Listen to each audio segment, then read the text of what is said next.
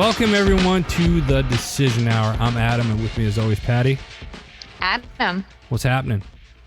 Well, we were trying to make a new introduction today, but that didn't work. It's failing miserably, but we're going to keep going because that's just what we do. So we're switching this show up, like you said, a little bit. And the topic for today, we're jumping right into this. The topic for today is Patti Katter. I'm going to interview you today. Yeah. Because you've interviewed me a couple of times, and we keep talking about, hey, we need to do an interview of you, so our listeners can get to know you a little bit better. But you also have quite a few things that you do behind the scenes with different organizations and whatnot. So I'm going to jump right into it if that's all right with you. Okay. Are we going to start at my childhood, or are we going to just? Well, I mean, why don't you tell everybody briefly, like, where you're from and where you're at now. And I think there's quite a few things that people don't know about you that will surface in this conversation. Probably. Yeah, that's going to be interesting. So, well, for me, it's kind of difficult to talk on air all about myself just because I'm a little bit protective of my family. But speaking of family, there are some things that I want to address. Basically, I was born in Flint, Michigan, mm-hmm. the city where they have the major water issues. I'm sure you've all heard about it. But I moved into a country rural setting when I was only I was in 5th grade. And so I was raised I was kind of middle class, and we had horses and chickens, but I didn't really have much to do with those. I don't know. I feel like I need to start the show over. No, why? Keep going, because now we got to keep going. This is like blooper reel. This is something special now.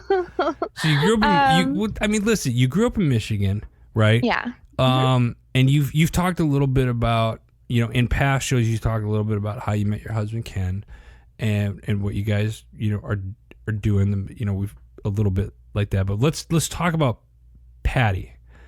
Mm-hmm. Patti, and it's funny because I've known you, we're basically family. We've known each other for 6-7 years, I think, and it wasn't until last year when we kind of reconnected and started doing the show together. And I think in the last year, I've learned more about you in the last year that I've known about you. Like, you would think a family member, right? And me and Patti, we talk daily. And one day I remember, oh yeah, I was a volunteer. I was on the police force. Wait a minute, what? Say that again. She will pop off random stuff about her that you think when you think something about Patti, and then she'll say something, and you're just like, wait, when the hell did that happen? Right? So you just have a lot going on. You do, and you do so much. So you're a former police officer, right? Is that reservist, correct? Reservist. As a reservist. Okay. Mm. And you're very, very active in the military caregiver community. Is that a fair statement? Yeah, that's a fair statement. Yeah, my husband, Ken, he was wounded in Iraq when he was serving in the Army in 2007. I didn't realize at the end of 2007 I was a caregiver. I didn't even realize that I was a quote-unquote caregiver for those that don't know. For a couple of years. For those that don't know, when you say caregiver, what exactly does that mean for the people that don't really understand what that title means? Mm-hmm. So a caregiver is somebody who takes care of a friend, a family member, a significant other, a loved one, sibling. It can be a child. It can be a parent. Somebody who needs help taking care of themselves, either because of physical or mental wounds or injuries or sicknesses. With Ken, his was a lot of physical, and he also has some post-traumatic stress. So there's a lot of different types of caregiving. There's those who help on a minimal basis, and then there's those who help on a more critical basis. And so that is definitely a caregiver. I have been helping him since 2007, and that's not going to go away anytime soon. In fact, the older that we get, I should say he gets, because I don't get older. You all know that if you listen to the show, that the older that we get, the more time is going to probably be involved with his healthcare as well as we progress.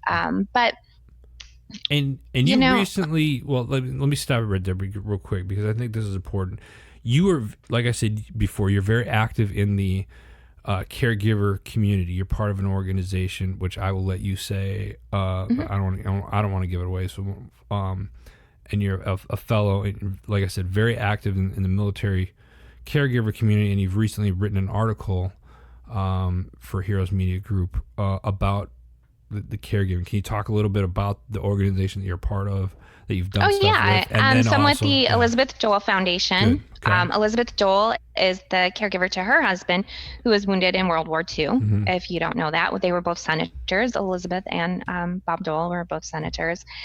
And an amazing couple, amazing role models. Great people. Great people. And yes, I was a fellow for 2 years, and now I'm an alumni member with the Elizabeth Joel Foundation, and still participate in their events and definitely promote them. They've been very good advocates for military caregivers across the nation. There's over 5.5 million military veteran caregivers in the nation. So we need a lot of advocacy.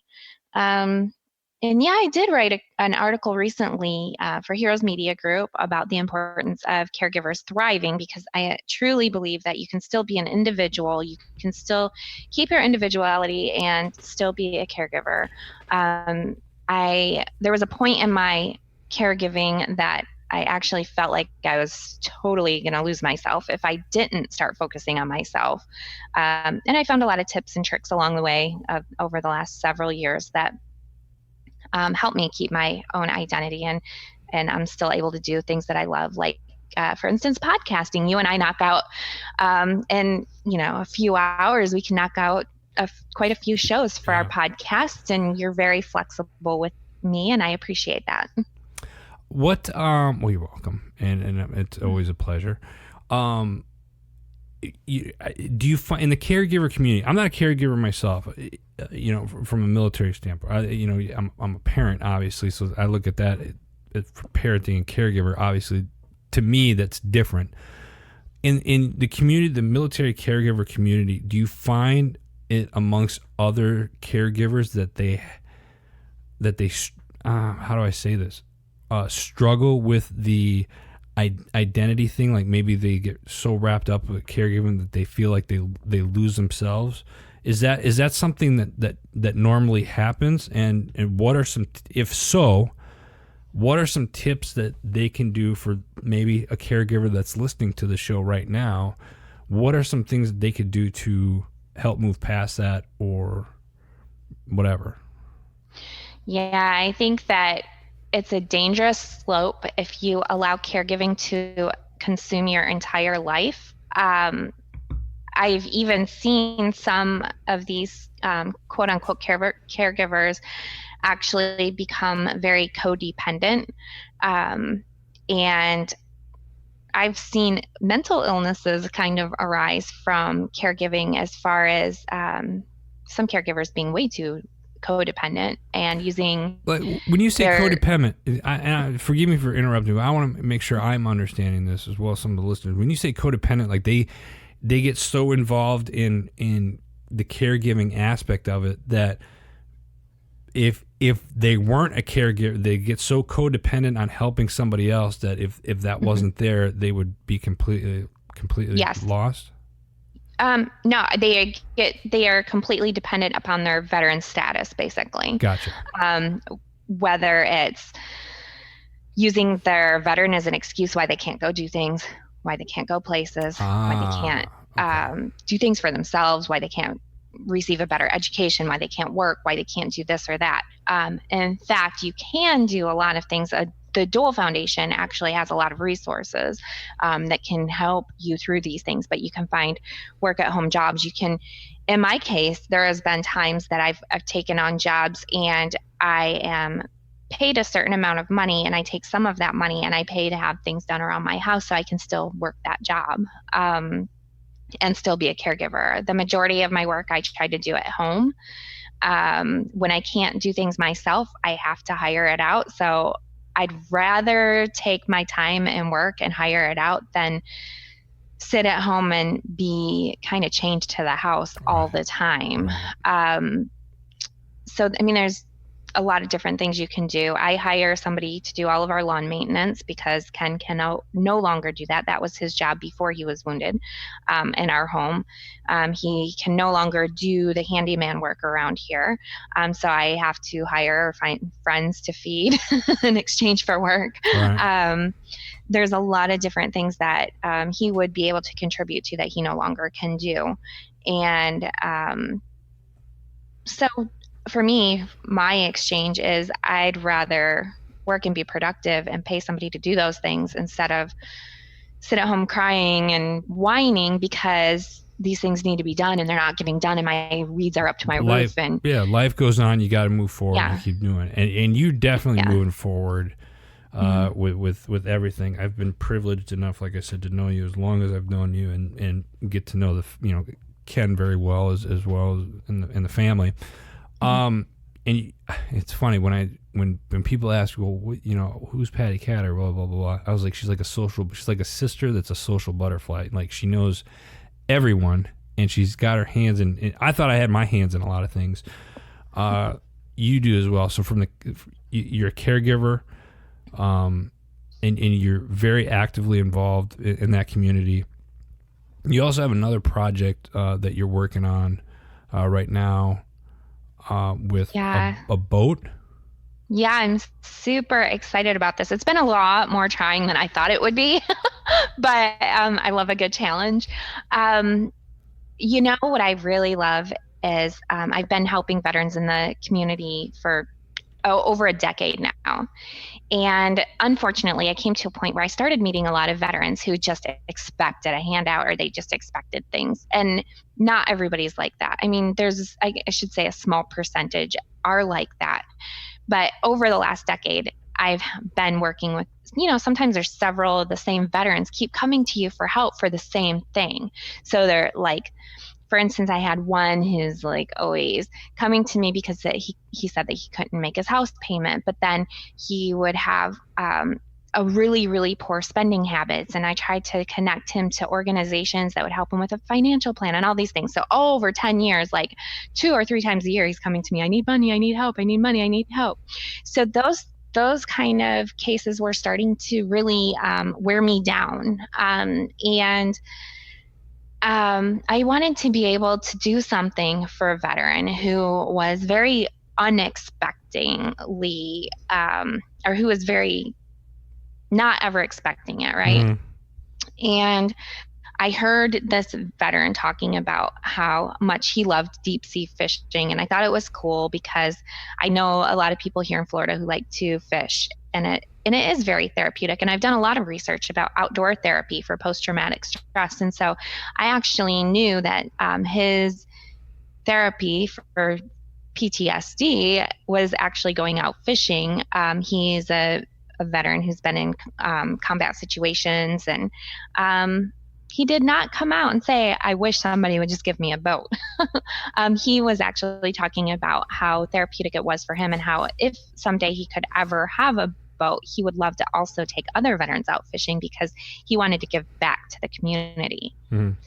And so I actually literally plucked him out and was like, I want to help this guy get a boat. So I love helping people when they're not expecting it. And this guy was definitely not expecting it. So now I am helping this to do some fundraising and to do some awareness and to do some connecting here in Florida, in hopes to help this man who is a military veteran who was in the Marine Corps get a boat.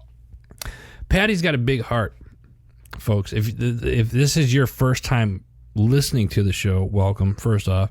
And secondly, if you've listened to the show for a while, we appreciate that. But you probably already know, and I've already pinpointed that Patty's got a pretty big heart. Heart's always in the right place. And she's got a lot of great ideas, and she's always willing to lend a hand in helping others. Patti, you're also known to speak out about like bullying and stuff like that. Mm-hmm. And you've done, I think we had a topic on this a couple months ago, like bullying and whatnot. I have to look through the archives and stuff. It seems like we talk so much I can't remember all of our conversations anymore. But I know. There's a lot of, I talk about bullying. You've brought up internet bullying in the past, and it kind of led us into some books that we're currently working on. In fact, we just finished a series called Mind Shift recently, and maybe you could talk a little bit about some things that you're planning on doing here now, maybe with whether it's with the bullying, with the books. Actually, you know what? Let me ask you this: what's next for Patti Katter right now? What's in the works that people? Yeah, what are you working on right now? Because you also have a website coming out. Yeah, I've had a website for a long time, but it needed to be updated. Okay. It was last updated in 2015, and so it definitely needed a fresh look. But also, for those of you who know me, I've worked with nonprofits, and I've volunteered for nonprofits for 12 years now in the military veteran community. And I decided about 2 years ago, it was the end of, oh my goodness, well, it was technically the end of 2017, that I was going to start scaling back from nonprofit work. I had seen a shift in nonprofits. There's a lot of great ones out there, but I felt like so many nonprofits had used my story to raise money for their nonprofits, which paid their staff big dollars, which was okay. I mean, I get the work that it takes to run a nonprofit and all that stuff. But, and I think nonprofits are so important, and I don't regret anything that I did with any of the nonprofits. They're all amazing. I love all of them that I've ever helped. I can't say a bad thing about any of them that I've ever helped. But it kind of like dawned on me that I was discounting myself. I have a lot of things to offer besides only volunteering my time for nonprofits. And in fact, I have a very big responsibility to my family. Since my husband can no longer work and receive those promotions, our income is sort of stagnant if I don't work and if I don't make money. So I believe I have a lot to offer. I can offer large corporations even in public speaking and sharing my story, and actually allowing my family to make an income off of my knowledge that I've gained over the last decade plus. I believe that not only public speaking, but books are definitely in my future. I've already been co-authors, and I've already, done journalism. I've done journalism now since I was in 10th grade. I wrote for the Flint Journal in 10th grade. I've been a contributor in several Moody books that were published for military spouses. And I think it's kind of cool how Heroes Media Group started a book publishing company, and I have a couple books that I would personally like to put out. Adam and I, obviously, Adam, we're putting out 2 books this fall, and I'm really excited about that. I think they're going to be awesome books. So that's definitely in my future. My number one priority right now, besides making sure that my family is healthy, is the boat. That's the biggest thing right now that I've got on my plate. That's huge. Once I kind of get that done, I'm going to exhale a little bit. I might get to do some fishing on that boat. Who knows? That'd be fun. I loved. I mean, and you know this because I was talking to you earlier offline about taking little bird fishing here recently. It just, And we're coming up on time, Patti. It's just amazing the stuff that you do as a caregiver, as a podcaster, as an author, you're just a good human. Your heart's always in the right place, and it's always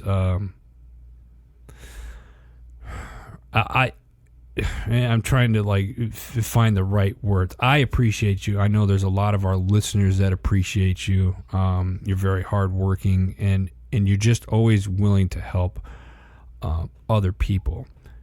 Where can people? Is your website live right now, or it's? Okay. It's so live. And it'll be it's live, and it'll be updated within about a week or so too. So where can people find your website? PattiKatter.com, PattiKatter.com. All right, so and you'll have updates and stuff of where people can track you, follow you on social media and stuff like that as well, I assume? Yes, and just to put in here, I am very careful about what I put on social media. I've had some crazy people on social media, so I don't post too intimate of details regarding my children, their families, even my husband. If I post about him, then it is something that will help other people as well, and that's the only reason I post about him. I read one time that a good relationship is not on social media, so I prefer to keep it that way. Amen. So my social media is to encourage other people, to empower other people, to inspire other people, and to keep it positive. And if you don't do that on my social media, I have no problem deleting and blocking. She will boot your ass quicker than you can even blink. Yeah, I don't have a lot of time to waste. No. So speaking of time. Yes, we're up on that. And I appreciate it. Thanks, Patti, for letting me interview you. Thank you. It's so difficult. This is always and we shot from the hip, which is even better because I think it's definitely more authentic, and I think people will appreciate the fact that they get to know you a little bit. So make sure you follow Patti, PattiKatter.com. You can always follow her on social media, as well as make sure you're following the show, The Decision Hour, on Facebook and Instagram, although we need to update our Instagram page. I'm slacking on that. Forgive me. Also, before we let you go, got to give a shout out to our home network, Heroes Media Group. New shows are surfacing on that platform, so go check them out as well. Simply go to www.heroesmediagroup.com. And that's really it. That's all the time that we have today. We've interviewed Patti Katter, fellow podcast host of The Decision Hour. We appreciate her and love her so much. And more to come, so stay tuned. For Patti, I'm Adam. You've been listening to The Decision Hour.